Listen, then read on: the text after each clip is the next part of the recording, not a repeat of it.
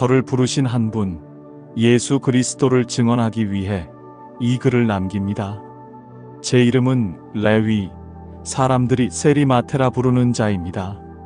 한때 제 삶은 로마 제국을 위해 동족의 주머니를 털어 제 이익을 채우는 일로 가득했습니다.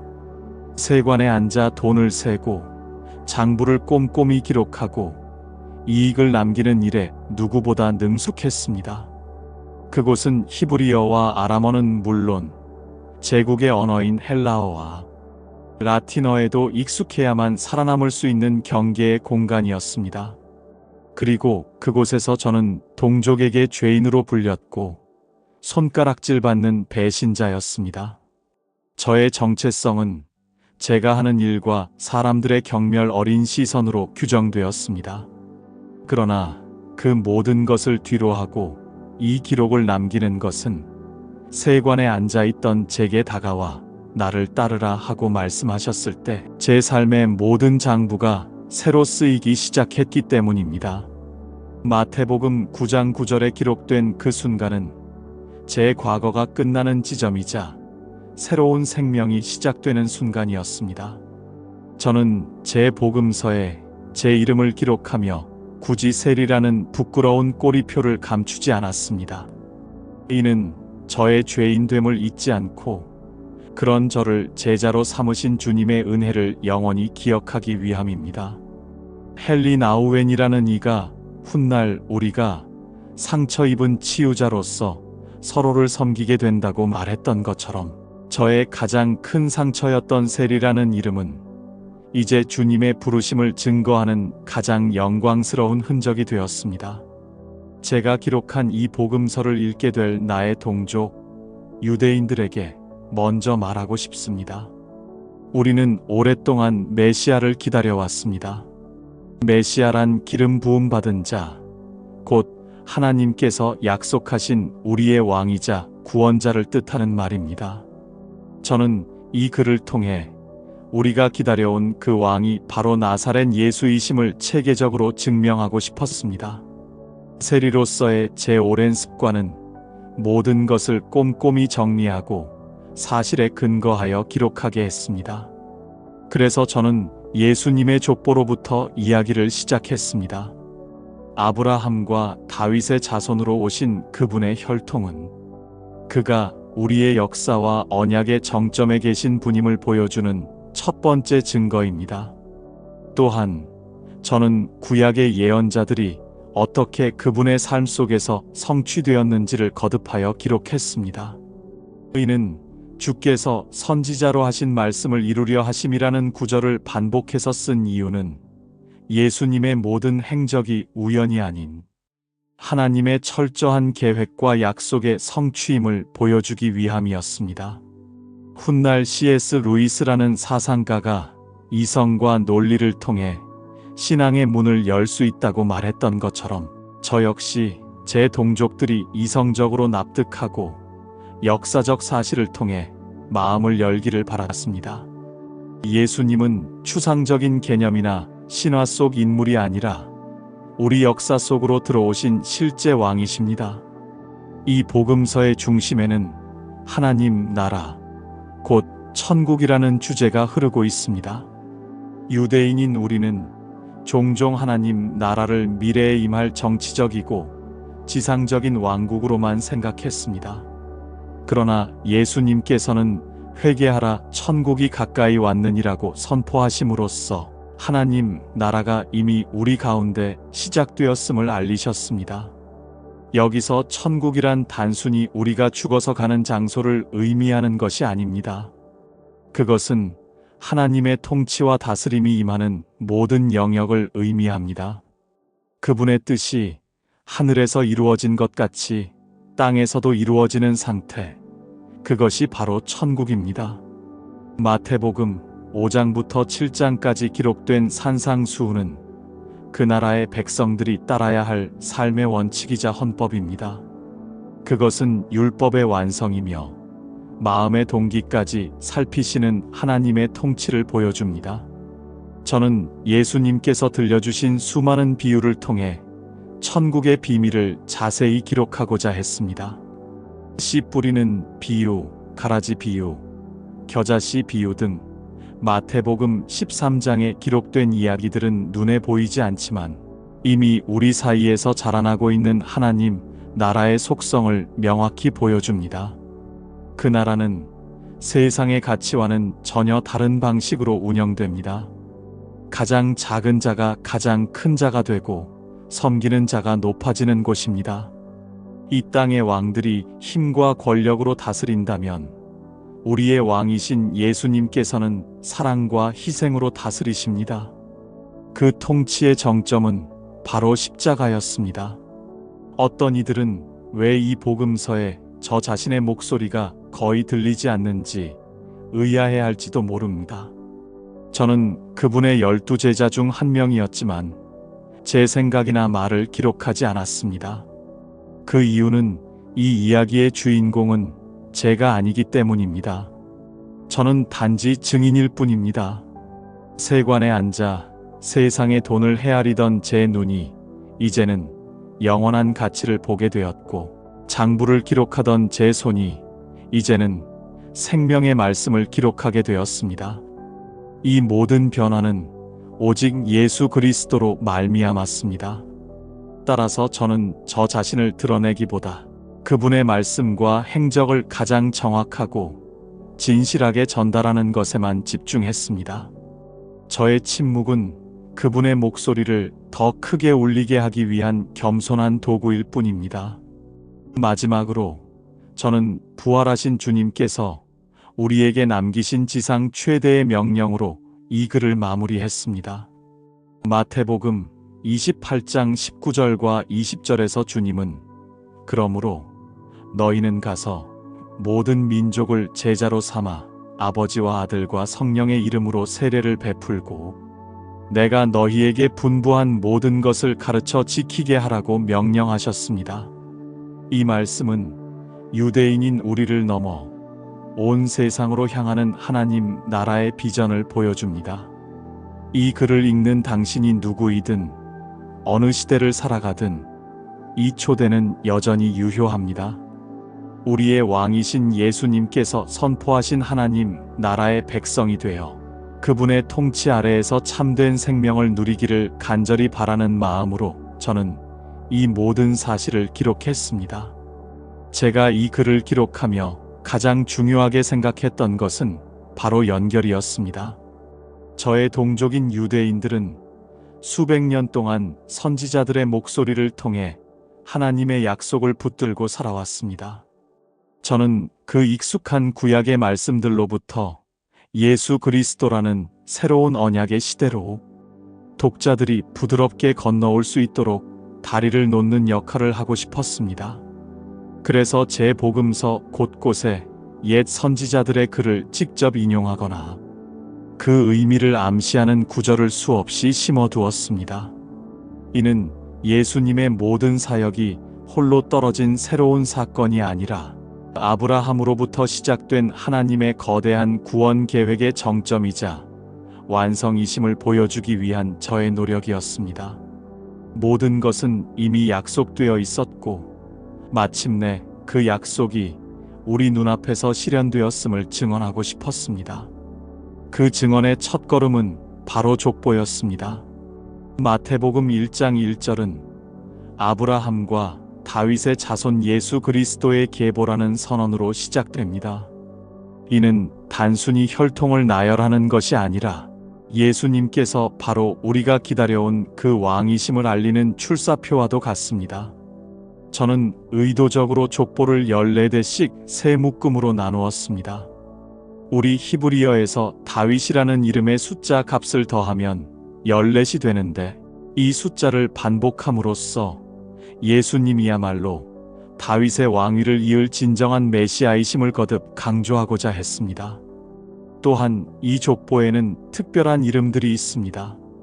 다말, 라합, 룻, 그리고 우리아의 아내였던 밧세바. 당시 사회에서 떳떳하게 내세우기 어려운 사연을 가진 여인들이었습니다.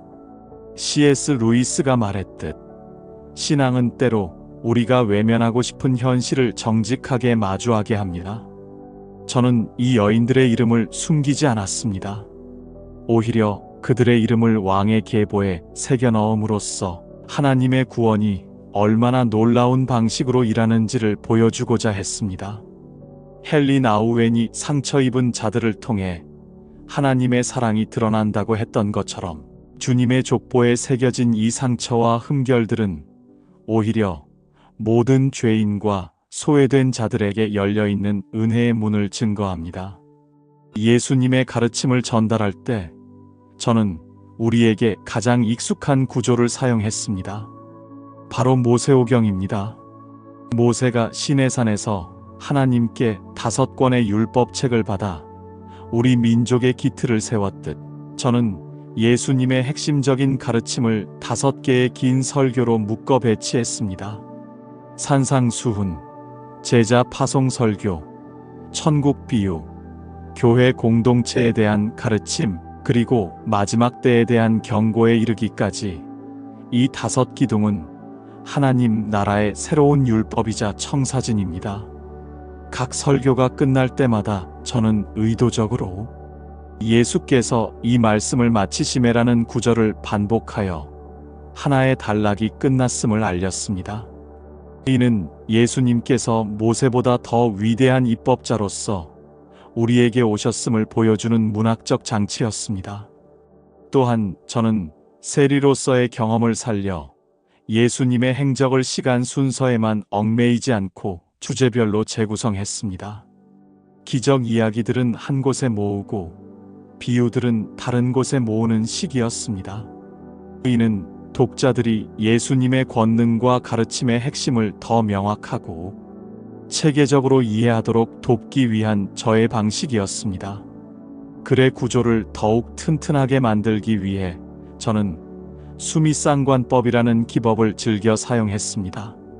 이는 어떤 이야기의 시작과 끝을 동일하거나 유사한 표현으로 감싸서 그 내용 전체가 하나의 주제 안에 있음을 분명히 보여주는 방식입니다.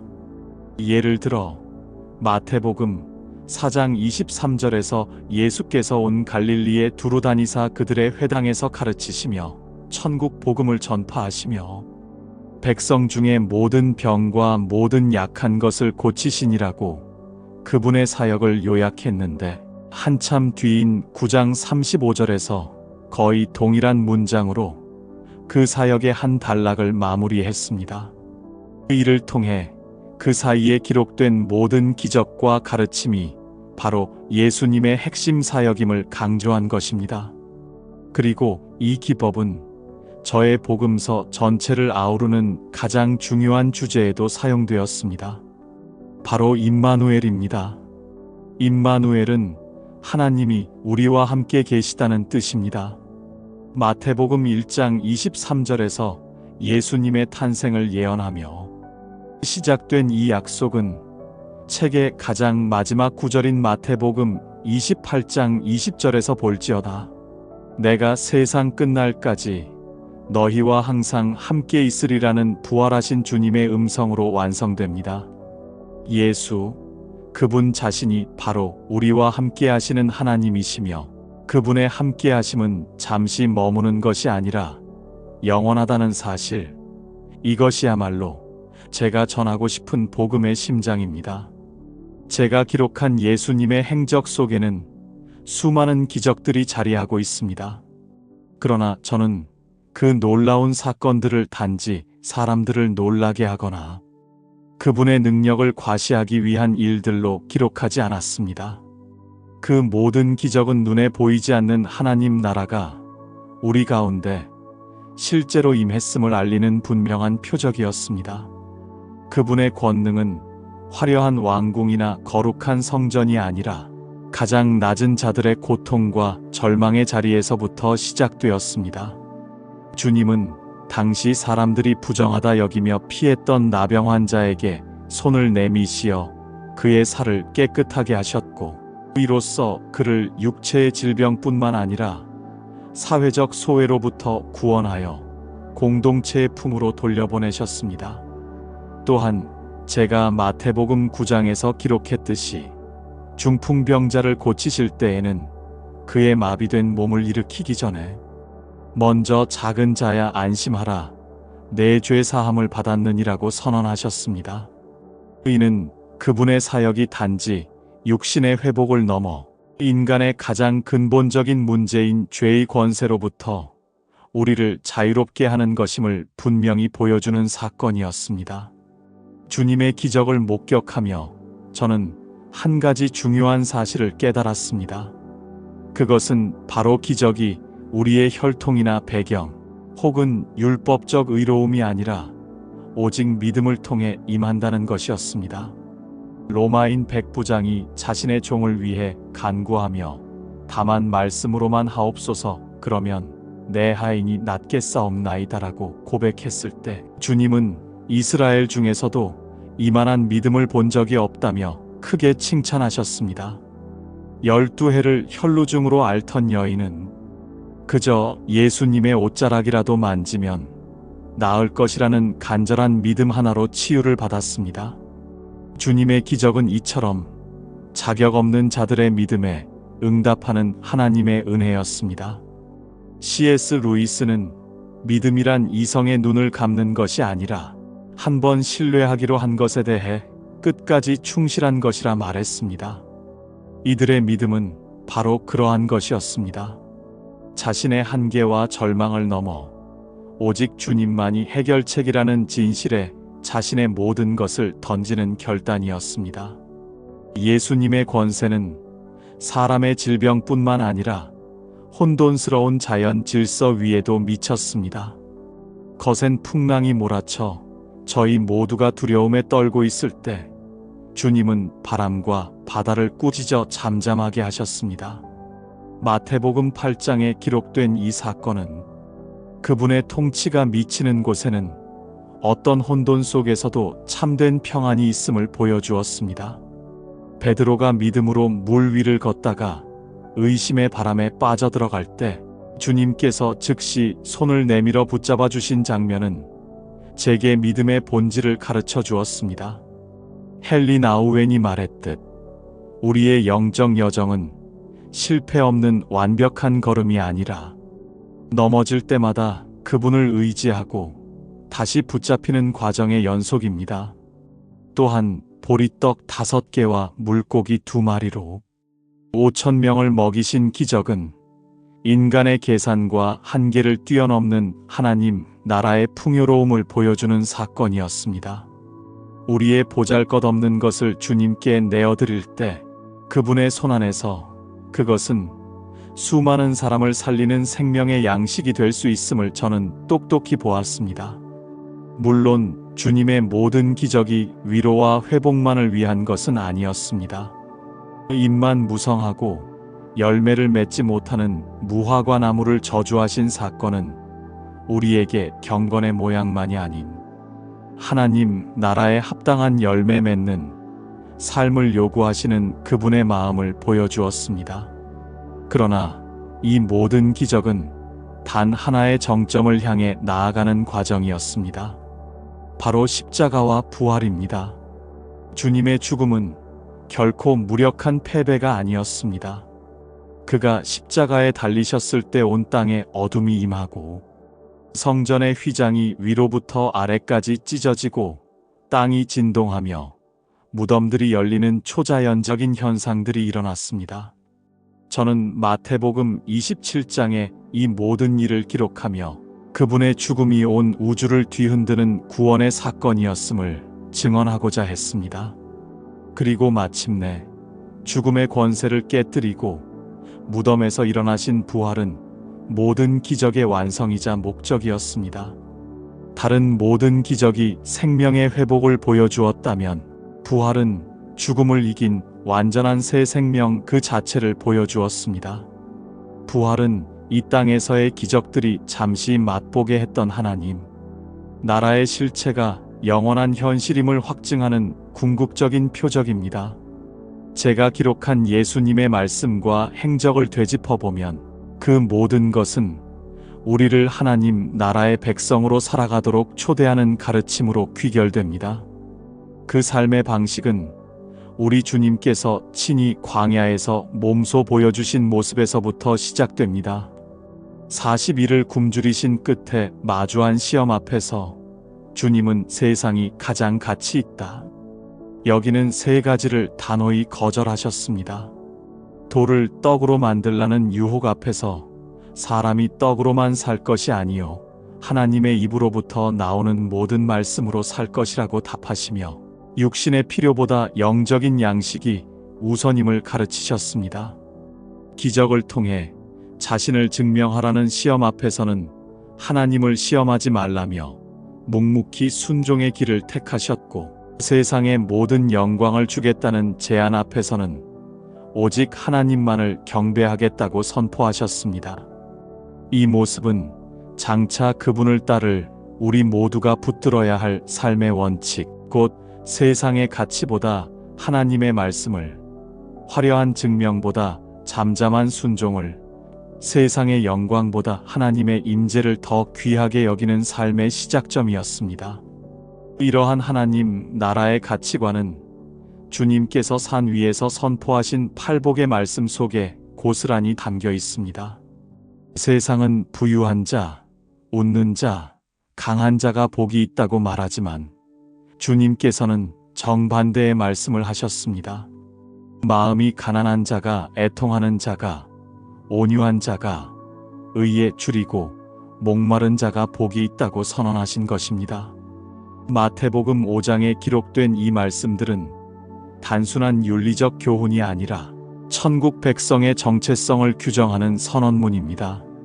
C.S. 루이스가 말했듯 기독교의 도덕은 우리를 천국에 들어갈 자격이 있게 만드는 것이 아니라 천국이라는 새로운 현실에 적응하여 살아갈 수 있도록 우리를 변화시키는 것입니다.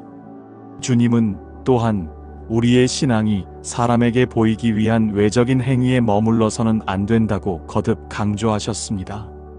구제와 기도와 금식은 은밀한 중에 보시는 하나님 앞에서 진실하게 드려져야 합니다. 하나님은 우리의 중심을 정확하게 보고 계시며 바로 그 중심의 동기가 우리의 모든 행위의 가치를 결정하기 때문입니다. 하나님 나라의 백성은 삶의 우선순위를 재정립해야 합니다.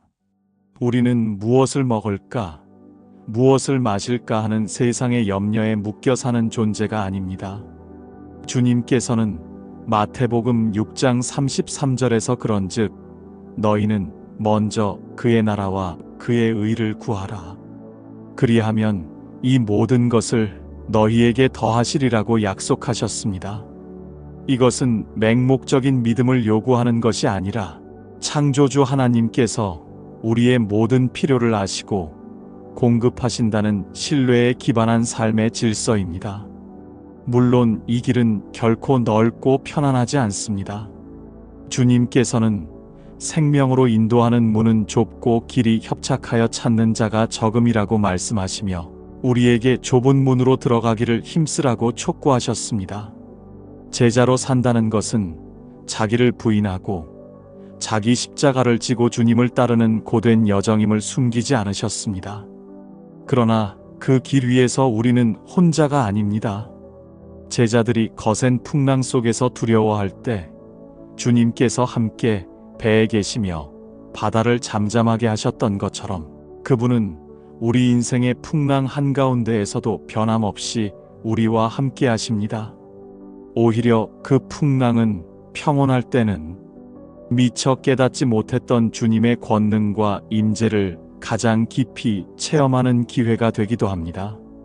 이 모든 가르침은 결국 우리 마음의 변화와 관계의 회복으로 이어집니다. 베드로가 형제를 몇 번이나 용서해야 하는지 물었을 때 주님께서는 7번을 70번까지라도 하라고 답하셨습니다. 이는 숫자를 세라는 의미가 아니라 우리가 하나님께 1만 달란트라는 상상할 수 없는 빚을 탕감받은 자들임을 기억하고 그 은혜에 근거하여 다른 사람을 조건 없이 용서하라는 명령이었습니다.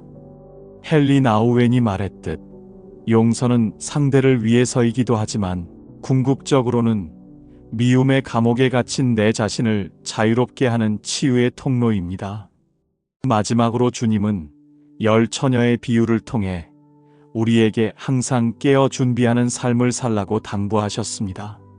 손에 든 등불이 우리의 겉으로 드러나는 신앙생활이라면 따로 준비한 기름은 하나님과의 깊고 살아있는 인격적인 관계를 의미합니다. 마지막 날에 주님께서 보시는 것은 우리의 화려한 등불이 아니라 그 등불의 빛을 지속시킬 수 있는 내면의 기름입니다.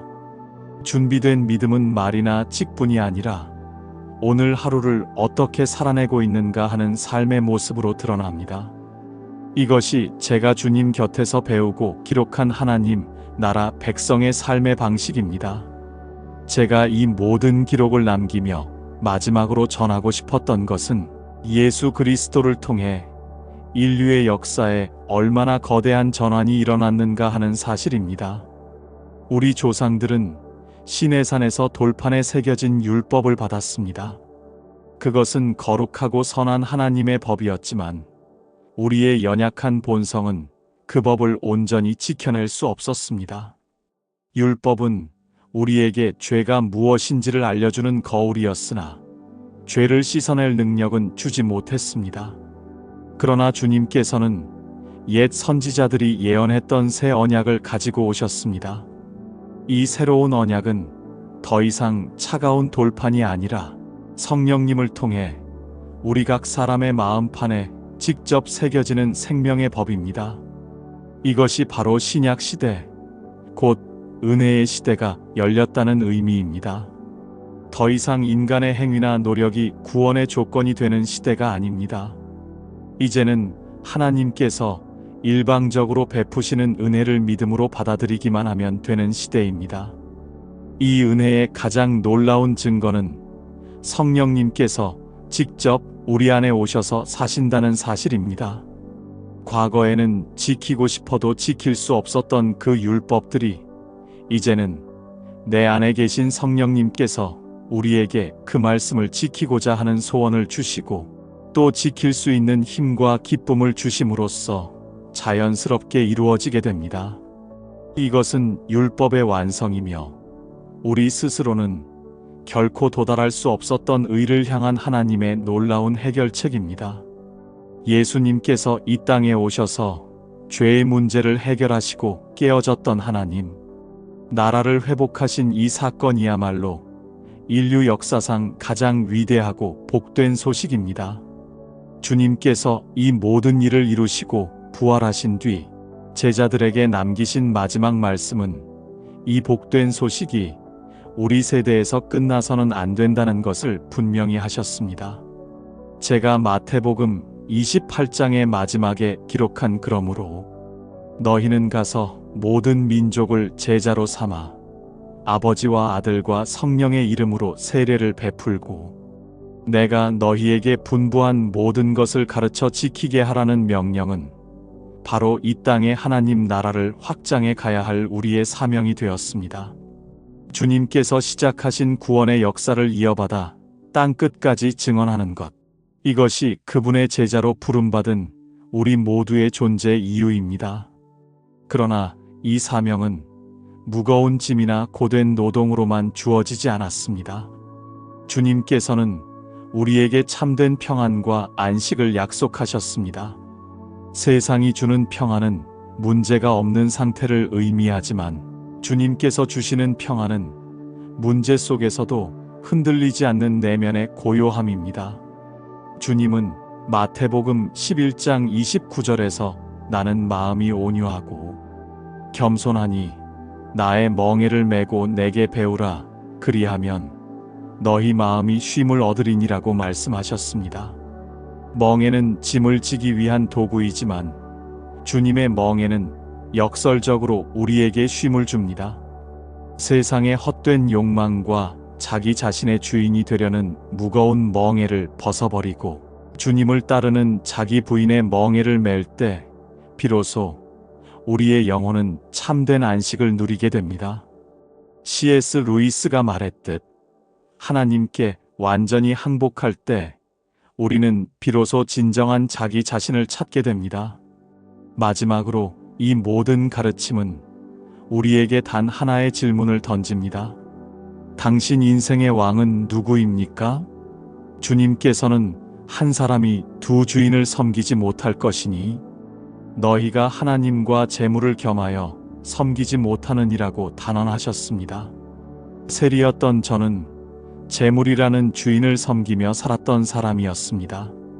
그러나 저의 옛 주인을 버리고 참된 왕이신 예수님을 따르기로 결단했을 때 저는 돈으로 살 수 없는 영원한 가치와 진정한 부요함을 얻었습니다.